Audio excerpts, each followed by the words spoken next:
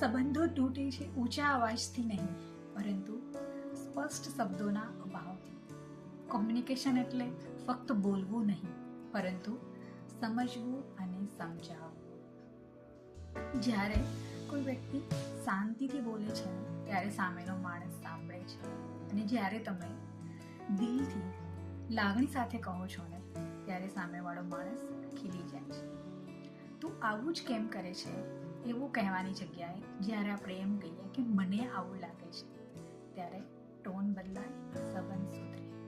અને યાદ રાખીએ, રિલેશનશિપ મજબૂત ત્યારે વધારે બને છે જ્યારે બે લોકો પોતાની વાત પ્રેમથી, ઈરાદાથી અને સચ્ચાઈથી કરે છે. કોમ્યુનિકેશન એ રિલેશનશિપનું ઓક્સિજન છે. સમજવાનું અને સાંભળવાનું રાખીએ, અને દિલની વાત દિલથી કહીએ. શબ્દો સાચા તો સંબંધો ક્યારેય